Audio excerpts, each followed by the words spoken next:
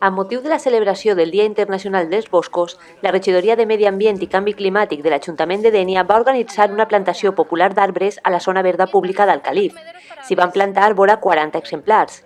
A més, els participants van gaudir de diverses activitats de conscienciació ambiental, com la col·locació de caixes niu per a rates penades, l'elaboració de menjadors per a pardals, un taller de reutilització de marraixes i altre d'alimentació ecològica i una gincana per als més menuts. Vora 60 persones van participar d'esta jornada ajudant a condicionar la nova zona verda d'ús públic. A partir d'ara, la zona s'equiparà en taules de pícnic, bancs i papereres i es delimitarà un perímetre per a joc de petanca.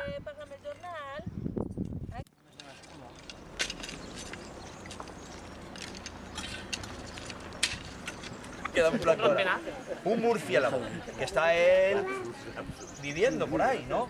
Los murciélagos, ¿cuándo los vemos? ¿Por el día o por la noche? Por la noche. Que levante la mano los que han visto un murciélago alguna vez. ¿No has visto un murciélago? ¿No? Este vale. Espera. Es que no está el chico allí. Si quieres, ve tú. Sí, ve, pero es que no había nadie antes no había nadie.